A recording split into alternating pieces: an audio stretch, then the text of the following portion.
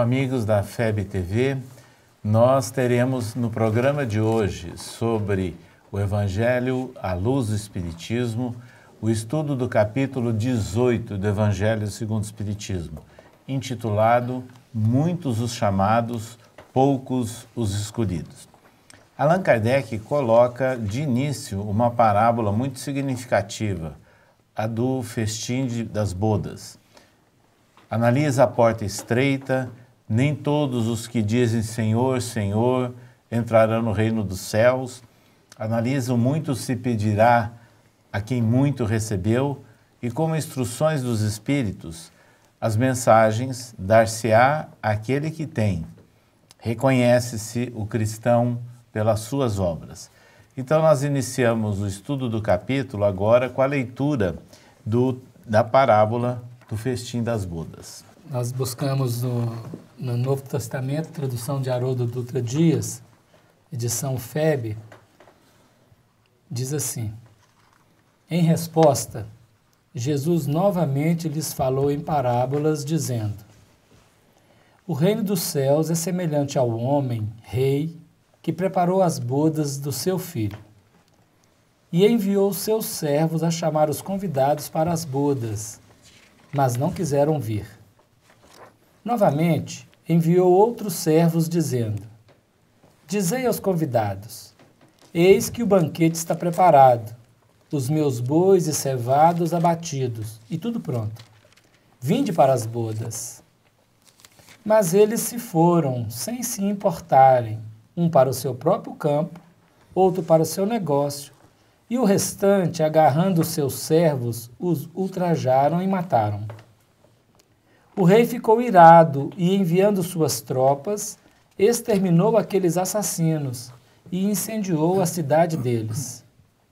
Então diz aos seus servos: as bodas estão prontas, mas os convidados não eram dignos. Ide, portanto, às saídas das estradas e convidai para as bodas a todos os que encontrardes. E os servos, saindo por aquelas estradas, reuniram todos quantos encontraram, tanto bons quanto maus, e as bodas se encheram de convivas. O rei, entrando para contemplar os convivas, viu ali um homem que não estava vestido com a veste nupcial. E disse-lhe: companheiro, como entraste aqui sem veste nupcial? Ele se calou. Então o rei disse aos seus servidores: depois de amarrar os seus pés e as suas mãos, lançai-o para fora, nas trevas exteriores. Ali haverá o pranto e o ranger de dentes, porque muitos são chamados, mas poucos os escolhidos. Bom, nós vamos então agora analisar os principais trechos, né, e os itens correlatos dessa parábola. O que eu acho interessante, só um detalhe, mas é importante a gente saber isso, que quando a gente fala de Novo Testamento, na verdade nós estamos falando de vários textos escritos por diversos autores com diferentes propósitos. Essa mesma parábola ela também está presente no Evangelho de Lucas, capítulo 14, versículos 15 até 24. E existem diferenças entre as duas parábolas, porque Mateus está escrevendo para um público que conhece a tradição judaica. Por isso que ele faz referência àqueles servos que o Senhor envia e que os convidados matam, que são os primeiros profetas. Aí é um simbolismo que Jesus resgata na parábola, que Mateus registra, mas que Lucas não registra, porque Lucas escreve para um outro público. Para a gente perceber que essas parábolas são leis universais. A gente precisa tentar encontrar o sentido delas e, para isso, nós precisamos voltar ao entendimento do texto, da época, da cultura, para ver o que elas representavam e trazer para a nossa atualidade. O interessante é que o Kardec ele vincula mais uma. Se a gente vai no capítulo 20, Trabalhadores da Última Hora, o item 1, ele vai vincular essa parábola também. Ele manda na notinha, ele fala: vide parábola do festim de núpcias, que é essa que a gente está trabalhando hoje. Então ele vincula com essa outra também, dos Trabalhadores da Última Hora, para mostrar que a essência, né, é a mesma. É a mesma. E o reino dos céus, que está presente em Mateus, né, É uma expressão que a gente só encontra em Mateus. Quando está nos outros evangelhos, é reino de Deus. Então há uma diferença também. E a concepção daquela época era que haveria um mundo de regeneração. Haveria um mundo que eles chamavam de Olam Rabá, que era um mundo de paz. E eles se perguntavam, né? Quem é que vai chegar? E Jesus começa a tratar assim, serão muitos aqueles que serão chamados. Mas será que eles vão conseguir abandonar ou se preocupar com isso mais do que com as coisas materiais? Apesar dos vários avisos, dos vários convites, que são feitos cotidianamente na nossa vida, para que a gente comece a construir esse reino dos céus, o reino de Deus, aonde ele de fato tem que existir, que é dentro do nosso coração. Fora os mensageiros, né? Os emissários também que a gente recebe periodicamente, como esses que se propõem a fazer um convite, né? Para o festim, para esse reino. E como às vezes a gente não entende, né, esse convite. Eu acho que a parábola nos faz, né, essa reflexão. E na parábola tem um detalhe interessante também, porque não é qualquer festa. Né? O que é a festa para o qual o Senhor convida? São bodas. De quem? Bodas do filho. E aí o simbolismo das bodas do filho é o casamento de Jesus com a humanidade, que é o que o Emmanuel retoma no Consolador, quando ele esclarece que o casamento do Cristo com a humanidade é algo que ainda não se deu, mas que um dia se dará. É interessante ver isso aqui, a gente pega na tradução ecumênica da Bíblia, quando ele fala um homem rei. O Antigo Testamento e o judaísmo tinham o hábito de falar de Deus como um rei, que vincula essa ideia. Aí fala das bodas, que é no plural, porque as festividades estendiam-se por vários dias. Como tantas vezes na Bíblia, as bodas são aqui símbolo da alegre e definitiva comunhão de Deus com o seu povo. Nesta parábola, o acento não é o posto no filho, mas na recusa do convite pelos primeiros convidados. São notas que vão nos ajudando. E é interessante a parábola porque nós dividimos aqui em 3 momentos. E nos 2 primeiros, no primeiro tem o convite e a recusa. Um vai para o campo, negócio, outro ultraja. Depois é orientado buscar todos que estão nas ruas, nas estradas, bons e maus. E daí a pouco encontra um que estava dentro da festa e não tinha veste nupcial. Se chamou bom e mau, porque é que está excluindo, né, o que está sem a veste nupcial. Então, nós vamos entender que a parábola ela tem esses momentos definindo a proposta dentro da humanidade junto na vinculação nesse casamento, né, com o filho. Mas no terceiro momento, eu acho que nós vamos conversar mais ainda depois, essa veste nupcial, ela já não é apenas um convite de fora para dentro, ela é o processo onde a criatura de dentro para fora ela tem que se posicionar, né? Porque no segundo momento chamou quem estava nas estradas, né, todos, qualquer um, bons e maus. Mas agora não, agora tinha que vestir com a túnica nupcial, né? Tinha que se colocar com ela. É interessante porque as etapas, ele diz assim, ide e convidai. Na verdade, ele ampliou o convite, mas isso não exime o convidado de se preparar para as bodas.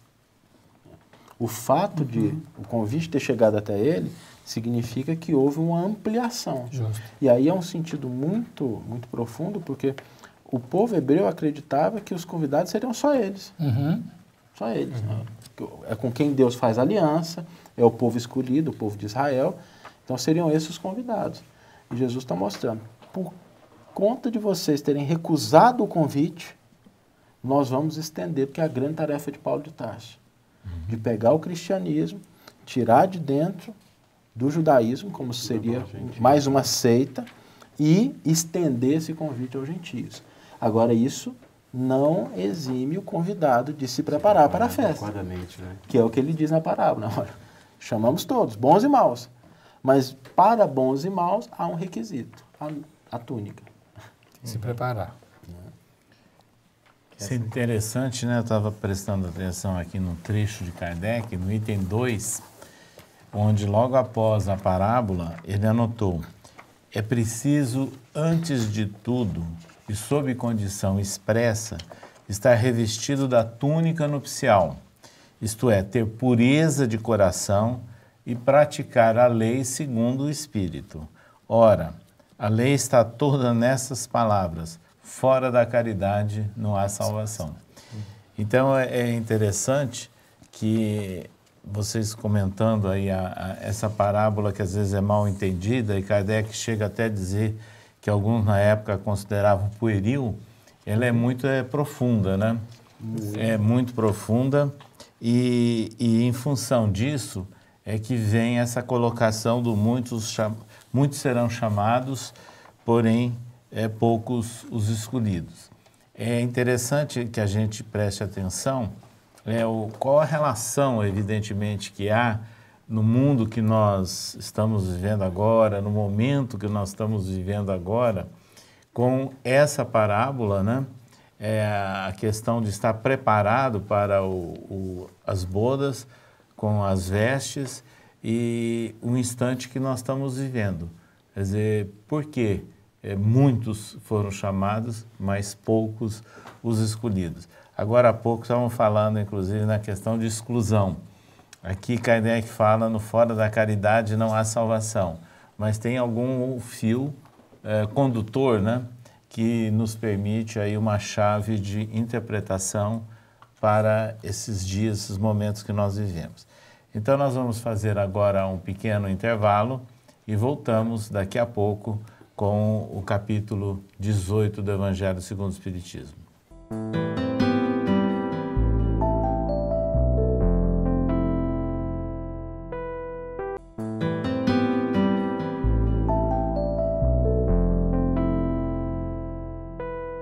Alô, amigos da FEB TV, nós estamos retornando ao estudo do Evangelho segundo o Espiritismo no seu capítulo 18.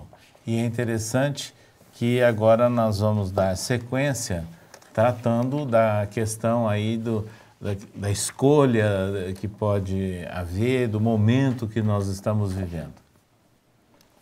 Eu queria lembrar, só iniciando, Salvo, no livro O Consolador, na questão de 277, Emmanuel trata desse assunto dos chamados, dos escolhidos e dos eleitos.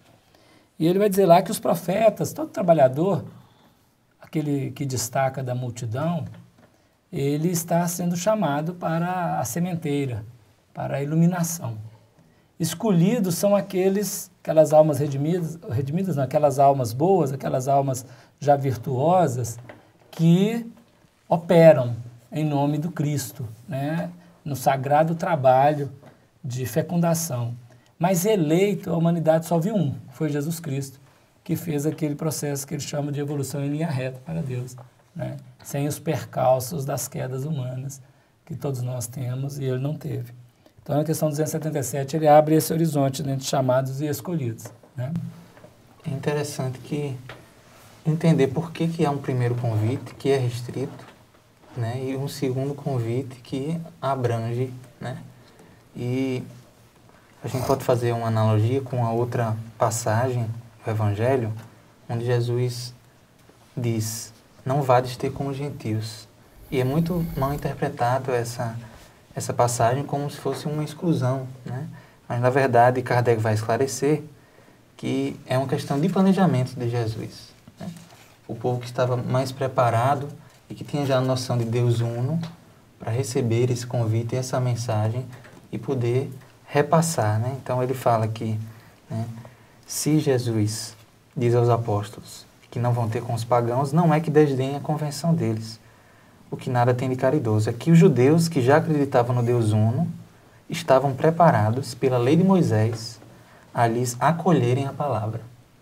E isso é tão importante porque quando a gente pensa em Velho Testamento, em Novo Testamento, em doutrina espírita, a gente vê que no Velho Testamento, como é que ocorre a escolha do povo de Israel?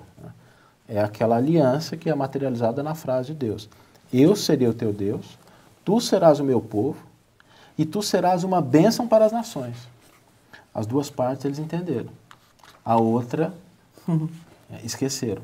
E aí, ao invés de ser uma bênção para as nações, começaram um processo de egocentrismo, de egolatria, de separação. Quando Jesus vem, ele reforça novamente, fala, ao longo do tempo os profetas que não tem o sentido só de profecia em relação ao futuro, porque o profeta é aquele que representa Deus, que fala através de Deus. Então ele não vai fazer profecia sempre em relação ao futuro. Ele vai corrigir o problema presente, como Natan corrigindo Davi. As nossas ações, eles não são escutados, como a parábola. Aí ele estende esse convite para todos. E Kardec relembra isso, porque é fora da caridade. O processo de você atender, é o processo de você atender na sua atividade em relação ao próximo. Os espíritos têm analisado a situação por um prisma de reconhecimento da fonte divina e, ao mesmo tempo, do tempo ideal para cada criatura. Então, a dádiva é permanente, por isso muitos são chamados. Mas a gente nota, por exemplo, tem um texto do Evangelho que assusta muita gente e que é todo de simbologia, né? E que de forma nenhuma representa desrespeito. Quando Jesus se refere que não pode se dar o pão dos filhos aos cachorrinhos. E aí a gente estudava isso com o Honório Abreu, e o Honório, com aquela habilidade toda com o Evangelho, situava o assunto, né? Vinculando aqui esses momentos, essa negação. Você não pode forçar o simples, que ainda não tem referencial no plano das conquistas evolutivas pelas reencarnações, e por isso mesmo tem o piso mental bastante irrigado de experiência, que ele possa filtrar e compreender aquilo que é muito abstrato para ele, no sentido da sublimação de potências. Então, o pão dos filhos, ele requer toda uma instrumentalidade para digestão. Então, o Paulo fala isso também quando ele fala assim, vos criei com leite, não com manjar. Então, é o mesmo assunto. Aqui a gente está vendo um convite, não deu. Então, vai atender o seu tráfico, o seu comércio. Por quê? Na verdade, o eu predomina, o ego, o interesse pessoal predomina. E isso é característica de pouca evolução, de pouco amadurecimento. Então, as tentativas vão. Mas quem que rege isso? A lei. A lei dando a cada um segundo as próprias obras. Então, se a cidade incendeia, se dizima, é plano interno. Porque chega uma hora em que o mundo que a gente construiu, que é falso, as estrelas caem, o sol não dá mais sua luz, acaba tudo, né? Rompe de um extremo a outro, como está no 24 de Mateus, 24 e 25, que são o sermão profético. Então, a gente nota que isso, a desilusão chega. O André Luiz chega a dizer assim na obra do Chico, deixa a ilusão antes que a ilusão te deixe. Então, é um processo de preparação. Mas quando o filho está pronto, ele se nutre. É aí que a gente vê um Chico e fala assim, mas Chico, como é que você dá conta disso? Ele fala assim, mas por que você está falando isso? Não tem sacrifício, não. Para a gente era um suplício, para ele era uma alegria servir, porque aprendeu o que significa esse verbo, essa proposição, né? E o Kardec também afirma isso, né? Quando as pessoas começaram a questionar, todos precisam ser espíritas, não. Tornar as pessoas primeiro espiritualistas. Isso. É preciso uma base para se compreender aquele novo patamar. E na nossa atualidade, a gente pode fazer uma reflexão, né? Onde é que está o convite? Porque tem pessoas que atualmente ficam esperando, né? Esse convite vem da onde? Será que vai vir uma carta, um e-mail, um WhatsApp de Deus dizendo, olha, meu filho, agora eu estou te convidando? O convite surge no cotidiano da vida. Naquele momento em que nós podemos, de fato, atender ao chamado do Criador, iluminando, praticando a caridade, é aquele momento que o convite está sendo feito. Aonde nós temos recurso para transformar, é onde o convite está sendo feito. Por isso, às vezes, as pessoas reclamam da nossa atualidade, né? Ah, o mundo está muito materialista. Se você percebe, é porque Deus está te convidando para um outro patamar. Para tarefa, para mudar. E é interessante, o Emmanuel, numa mensagem que não tem nada a ver com isso, com essa parábola, mas ele vai comentar um pouco acerca desse processo de conscientização, que é quando a pessoa percebe, né? Que é quando ela dá essa guinada ou esse salto. Então ele diz, a lição é Nossa Cruz, né? Do capítulo 74 do livro Palavras de Vida Eterna. Enquanto a criatura não adquire consciência da própria responsabilidade, movimenta-se no mundo a feição de semi-racional, amontoando problemas sobre a própria cabeça. Entretanto, acordando para a necessidade da paz consigo mesma, descobre de imediato a cruz que lhe cabe ao próprio burilamento. Então é um pouco isso. Essa coisa do chamado é uma questão de conscientização individual. Você se cansa, na verdade. é a morte do homem velho. Aí você parte, não, cansei, chega. Agora, essa necessidade da paz consigo mesmo, você percebe que é melhor, que realmente é o caminho. Aí, o que é preciso para isso? Agora, então, tem uma cruz, tem todo um processo de reajuste. Tá bom, então, você começa a caminhar nesse sentido. Você acabou de descrever o que está na parábola. Ide às saídas dos caminhos. Porque o caminho é um ciclo, é uma faixa de experiência. Você vai na saída, o elemento chegou nessa maturidade, saturou. Então ele está pronto para outro patamar. É aí que o convite chega e ele vai para construir outra caminhada. Enquanto ele estava forte, né, cheio de vigor, ele não quis. Não quis. Nas saídas está na consequência, né? E aí o convite chega. E aí a preparação. E aí é isso, o Emmanuel, no Espírito de Verdade, da Verdade, diz aqui, quando Jesus fala são muitos chamados e poucos escolhidos, isso quer dizer que sem chamada não há escolha. Mas se estamos claramente informados de que essa chamada vem de Deus, Emmanuel continua, atingindo todas as criaturas na hora justa da evolução, essa saída do caminho aí, quando chega o convite, só a escolha, que depende do nosso exemplo, nos confere caminho para uma vida maior. Escolha. Para essa vida de ascensão. Maravilha. Por isso, Emmanuel mesmo vai dizer que a circunstância é a vontade de Deus em nosso favor. É o que o Saulo tinha comentado. O acontecimento se deu, eu estava ali em tempo real, presenciei e fui chamado, então eu tenho que trabalhar, né, agir. E às vezes a gente acha que Deus está te utilizando de intermediário para dizer o que o outro tem que fazer. Né? Ou para reclamar do outro, né? Apontar, olha, isso aqui não está bem arrumado. Então, né, se você vê, a tarefa é sua contribuir. É aquela questão da vontade que Emmanuel descreve no Pensamento e Vida. A vontade rege. Enquanto a gente não se conscientizou, enquanto a gente não tem essa vontade, não adianta. Enquanto a nossa vontade está direcionada para outras coisas, mas no momento em que a nossa vontade se direciona para isso, aí a gente começa a galgar essas escalas, esses novos degraus evolutivos. Entendendo que na parábola, quando há o propósito deliberado de não se revestir da túnica, o engendramento da lei é muito complexo, porque diz que amarrou pés e mãos, né? Ou seja, o impedimento da liberdade de ação, de movimentação, de operação, e o lançamento nas trevas exteriores, que é o momento do reajuste com a lei, talvez em situações mais delicadas. Então, nós devemos andar enquanto temos luz, né? Ou seja, enquanto a circunstância permite e favorece, dentro daquilo que é a liberdade de expressão, agirmos, né? E sendo assim, ganharmos em condições melhores, né? Com liberdade. Bom, nós estamos chegando ao final de mais um período, né? E antes do intervalo, é interessante que pensemos para entrar agora numa questão prática, né? Qual o significado de ser cristão, como se reconhece o verdadeiro cristão, aquele que está vestindo, né? Preparado para o festim de bodas. Então, nós vamos fazer uma pausa e retornamos daqui a alguns minutos para a última etapa do estudo do capítulo 18 de O Evangelho segundo o Espiritismo.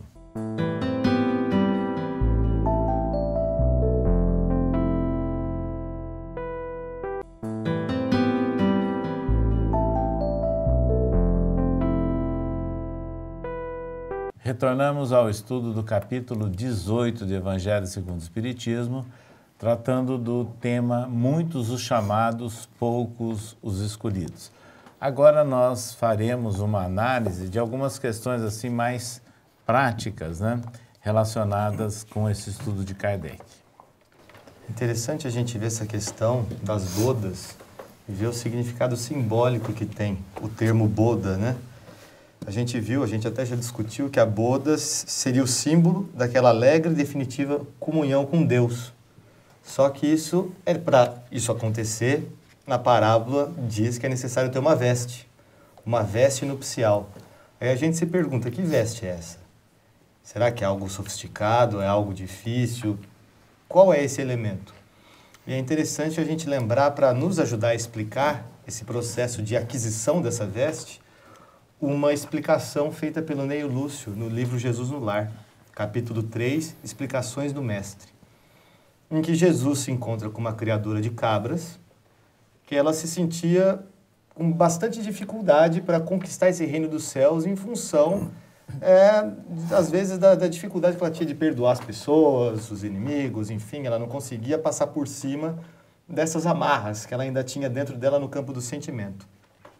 Aí Jesus vai explicar para ela o que é o reino do céu.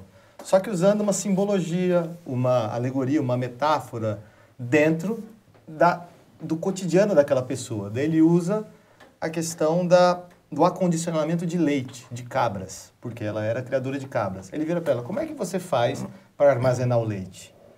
Ah, eu pego o recipiente, ela disse para ele, lavo ele bem, porque se ele não estiver bem lavado, o leite novo que eu colocar ali vai azedar. Daí ele diz, a mesma coisa acontece com o seu coração.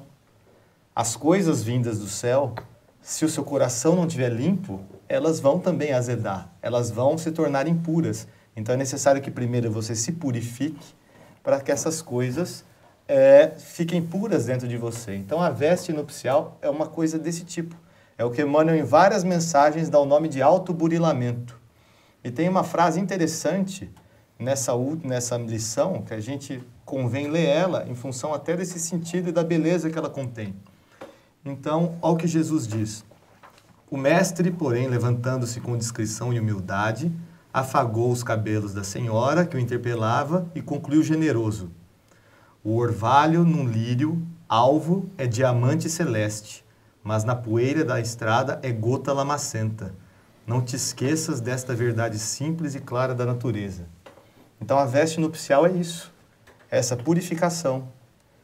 E é interessante quando a gente fala de purificação, nós não estamos nos referindo, na origem da palavra, à aquisição de algo diferente, mas simplesmente a retirar aquilo que não é da nossa natureza humana. É da natureza humana amar. O ódio é um agregado que é colocado de maneira indevida. Então, purificar significa ter essa autoconsciência do que eu sou, do que o próximo é e resgatar a nossa natureza essencial. Que o homem veio para o mundo com um propósito. Esse propósito, quando a gente se desvencilha das outras coisas, é que ele aparece puro. E aí, a partir daí, a gente pode compreender essas outras, como a gente vai utilizar essas verdades no mundo, no cotidiano. E quando ele faz a referência a vestes, né, um ponto que é importante, existem diferentes vestes para diferentes propósitos. Para aquela cerimônia da união do Messias, né, do Cristo com a humanidade, há uma veste específica, que se traduz por aquilo que Kardec comentou como sendo fora da caridade não há salvação, é aquilo que ele vai tratar no capítulo 17, os sede perfeitos. As virtudes, aquilo que você construiu através do seu esforço de autoburilamento. Lembrando que o Evangelho fala de vinho novo em odres novos, né? E ninguém põe remendo de pano novo em vestido velho. E aí nós fazemos uma reflexão com o atual momento que nós vivemos no coletivo planetário, chamado de transição, né? Término da expiação e prova. E se nós, que somos chamados trabalhadores da última hora, somos convidados a esse processo do chamado e ser escolhido, qual que seria o nosso comprometimento, né? Como que nós deveríamos colocar esse valor em operação na vida, fecundando a vida, trazendo Jesus de volta ao planeta, porque o Espiritismo propõe ser o cristianismo redivivo. Então o Espírito seria o cristão que opera conforme os primeiros cristãos, conforme aquele primeiro momento inaugural, fecundando e irradiando para o planeta uma nova expressão. Então, esse momento, ele é muito delicado, porque a entrada na regeneração, ela exigirá, né, de nosso processo para chegar lá, esse movimento agora, nesse esforço de agora. Então, o cristão no mundo, ou o espírita no mundo, que é uma coisa só, é o comprometimento nosso, né? Então, acho que quando a gente está estudando, conversando sobre isso, todos os nossos companheiros que estão nos acompanhando, termos essa identidade de sermos aqueles que operam na vida com a sinceridade e a simplicidade dos trabalhadores legítimos do Cristo. Ou seja, nós estamos candidatando a operar com Ele, ou estamos sendo convidados, né, a operar com Ele, que nós possamos verdadeiramente trabalhar, né? É muito interessante essa parábola, porque ela encerra várias leis universais. Princípios da doutrina espírita estão aqui fartamente. Então a gente encontra aqui Deus, Jesus, Espírito, Perispírito, né, evolução, Causa e efeito. mediunidade, lei de causa e efeito, influência do Espírito na nossa vida, e reencarnação. Então está tudo aqui. Por exemplo, nesse final, nesse grande final, ele não está preparado, ou seja, não se preparou convenientemente. A túnica, a gente pode estudar isso em termos de perispírito, né? Isso. O perispírito não está compatível com uma faixa superior. Então, naturalmente, ele é expurgado, ele não adentra, né? Vale lembrar do nosso lar aquela mulher que era um vampiro que queria entrar na cidade. André Luiz não enxergou os pontos negros, né?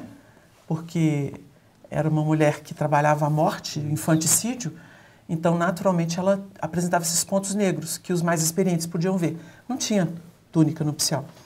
Então, quando o texto diz assim, numa outra versão do João Ferreira de Almeida, atai-o de pés e mãos, ou seja, caiu no processo expiatório porque teve oportunidade e negou. Aí é a culpa, né? A culpa e o remorso, porque o tribunal está dentro, ele não está fora. A lei rege, segundo o mérito. Lançai nas trevas exteriores. A gente nota a beleza do texto, porque treva exterior é o quê? É o campo existencial da matéria. É onde a gente vai viver esses sistemas, essas lutas, dentro de uma especificidade de ajustamento. Ali haverá prantos e ranger de dentes, ou seja, no desdobrar dos acontecimentos, a criatura se sensibilizará. O pranto e ranger de dente não é uma crueldade, é o processo de estiolamento da resistência do orgulho e do egoísmo. Porque quando a criatura cai em si, ela se arrepende. O que ela faz? Ela chora. O arrependimento traz o choro, ele traz a sensibilidade, a humildade. É nesse sentido. O próprio campo exterior, na construção que a pessoa fez, quando ele vai ser desmontado, ele vai passar a sofrer desilusão. E isso induz, então, a verdade. No Caminho da Luz, Emmanuel vai citar aquela questão do sistema de capela, que existia um planeta semelhante ao nosso, que estava num estágio um pouco mais evoluído, mas muitos espíritos o mundo, aquele planeta não comportava mais aqueles espíritos ainda renitentes no mal. São convidados a se retirar. São convidados a irem para outros planetas onde o Cristo recebe, que foi o planeta Terra, Emmanuel conta bem isso, faz a promessa de que viria. Ou seja, vieram para um mundo onde havia muito pranto, muito choro, muito ranger de dentes, porque eles saíram de um mundo já evoluído para um mundo ainda em fase um pouco primitiva. Paulo escreve sobre isso. Tropeçaram para que caísse? Não, mas pela sua queda veio a salvação gentil, para os incitar à emulação. Se a sua queda é motivo de riqueza, quanto mais a sua plenitude. E interessante que você citou aí o A Caminho da Luz. Na apresentação de A Caminho da Luz, Emmanuel chama a atenção que nós vivemos os momentos da aferição de valores. É exatamente a fase, né, que vivemos no planeta Terra. E eu estava me lembrando aqui que essa última mensagem do capítulo 18 de Simeão repete: nem todos os que dizem Senhor, Senhor entrarão no reino dos céus, mas somente os que fazem a vontade de meu Pai que está nos céus. E aí nós temos que fazer uma lembrança e até uma homenagem a Chico Xavier, porque ele foi, sem dúvida nenhuma, o homem simples, uma vida de renúncia, de dedicação, o homem do bem e da paz. E é exatamente em função disso que ele é reconhecido como o maior brasileiro de todos os tempos, em votação, que foi feito aí por um sistema de televisão. Mas por que Chico é reconhecido? Ele é um patrimônio nacional, vamos assim dizer, em nossos dias. Pelo bem que ele fez, pela ação de dedicação ao próximo. Então, caracterizando muito bem que ele estava fazendo a vontade do Pai que está nos céus. E sobre isso, nós temos muitos exemplos, né? Em cada cidade, sem dúvida, deve existir vultos, personagens espíritas que se dedicaram, que fizeram atos de renúncia e que colaboraram com instituições espíritas, com instituições da cidade, e são reconhecidos por esse apoio à comunidade. Há uns anos atrás, num evento interreligioso que nós estávamos participando, um religioso bem conhecido aí de uma outra agremiação disse assim: eu valorizo e respeito os espíritas pelo bem que fazem. Então, exatamente essa marca de dedicação ou de compromisso com o bem que é extremamente importante e que começa a traduzir os esforços para que cada um lute para vencer as suas inclinações inferiores, suplantar as suas dificuldades, ou seja, se vestir para o festim de bodas. Então, nós estamos concluindo o capítulo 18 do Evangelho segundo o Espiritismo, nesta série, o Evangelho à Luz do Espiritismo.